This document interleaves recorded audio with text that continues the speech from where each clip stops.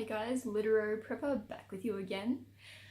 If you guys want to make sure that you stay up to date with all of our videos, then make sure that you hit subscribe and the little bell next to it so that you receive notification of when our next videos come out. Generally try to get them out on a Tuesday and Thursday, generally around 10:30 Eastern Standard Time, Australia.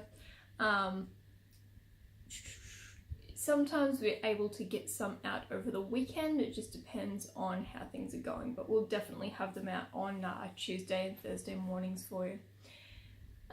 So I was reminded the other day of just a few staff members that we had when I was in high school. My parents owned a gift store.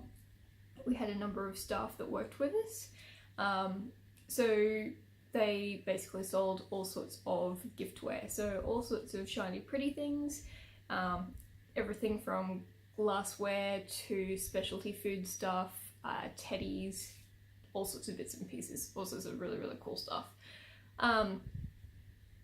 Interestingly enough, selling all that kind of stuff to people is much easier than selling something like insurance, which is something that people actually need, which, you know, those in the prepping community can probably attest to.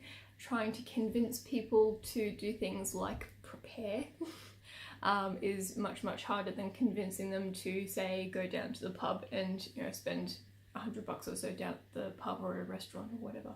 But, you know, sidetrack.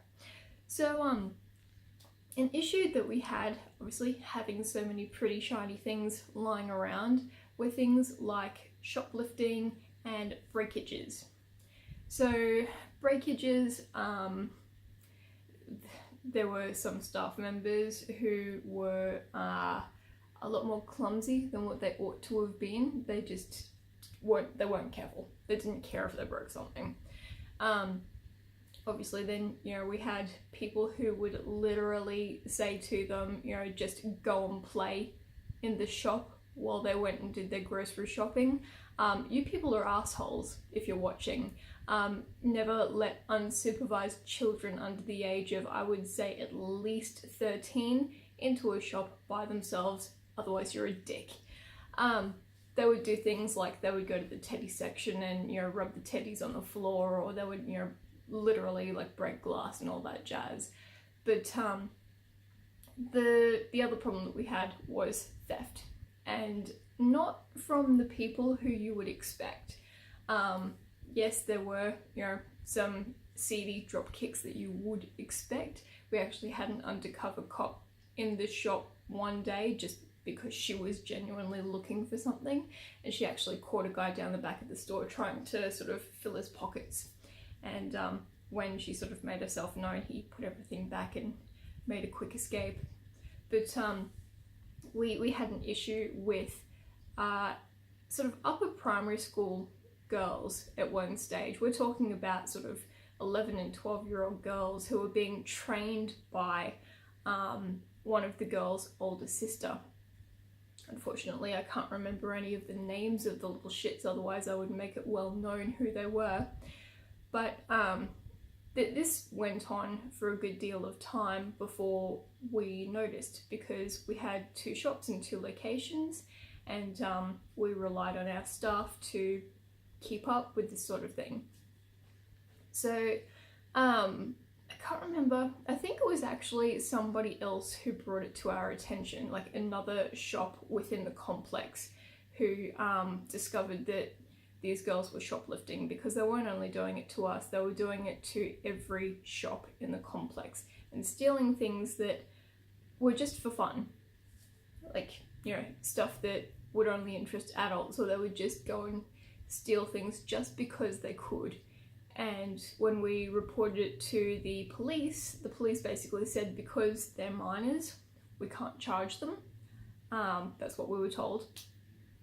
And that we could only get them to bring back what they had taken in the last week.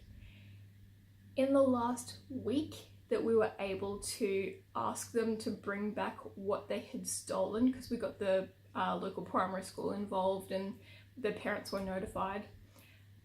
these little shits had stolen about $500 worth of stock within a 7-day period. And this had been going on for a very long time before we were notified about it.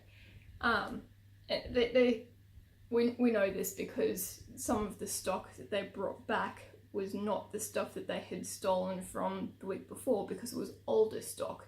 So we knew that we hadn't had particular items in the store for a while. So that's how we knew that it had been going on for longer.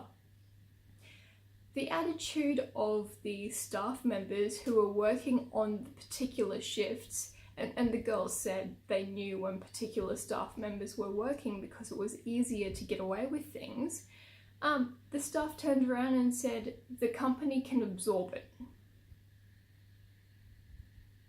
The company can absorb it. That there was no company. That there is no, even when you talk about supermarkets, people who think that it's okay to eat fruit and, you know, open ship packets and things while they're in the supermarket, it's called shrinkage, and it bumps the price of everything up because the company doesn't absorb anything. That has to get passed on somehow, which means that the price of everything goes up. Why am I talking about this? You see certain groups within society with this entitlement mentality where they think that the government can pay for everything. And it's exactly the same people who have exactly the same mentality. Somebody else will pay for it. Somebody else will absorb it. That person has money, therefore they can deal with it. The government pays for everything, therefore they must have some secret magical stash of cash, like the Tim Tam ad where the biscuits just keep refilling the packet every time it empties itself. That's how they think the government works, and that's not how it works at all. Government gets money from taxpayers who are working people, and they redistribute the funds to try to fund things like hospitals and roads and schools, and pay your unemployable butt to, you know, not do anything. They, you know, do all sorts of things that, you know, governments pay for. They make medications, you know, slightly more affordable and whatnot. But they can't do that if you continue to lower taxes or completely avoid paying taxes. You can't ask the government to come out and just, you know, welcome hordes and hordes of refugees or asylum seekers, whatever you want to call them. You can't ask the government to just increase everybody's payments or to eliminate taxes or to pay for, you know, whatever it is that is, you know, your sort of money grab of the day sort of thing. It has to come from somewhere. There is no big cushion of cash to absorb it all. So just something to, you know, really wrap your head around. If you want something, someone has to pay for it. There is no absorption. Which is why we prep. Because, you know, if something happens, the government can't come and bail us out. It's not that, you know, whoever is in charge is cruel and callous. It's that, you know, if something really awful were to happen, then they cannot physically gather enough resources and distribute them out to everyone simultaneously so that everyone is kept afloat and, you know, everyone is given adequate and generous rations, or that there are going to be enough police to maintain law and order. It's just impossible, and to try to argue otherwise, it's a fairy tale.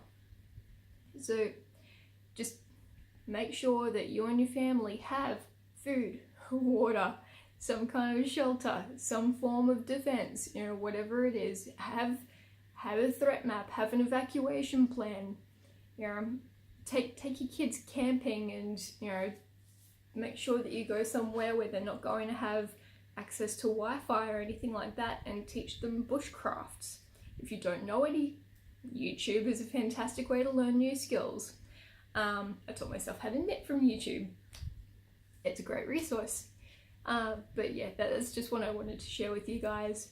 Just make sure that whilst we live in this really comfortable, cushy environment at the moment that we all should be taking advantage of, it just comes back to make sure that, you know, while we're living in the, you know, 70, however many years of plenty, that you prepare and you sort of, you know, store your supplies for the, you know, 7 or however many years of famine are ahead of us.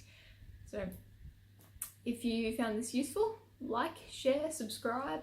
If you have any comments or questions, feel free to pop them in the box below.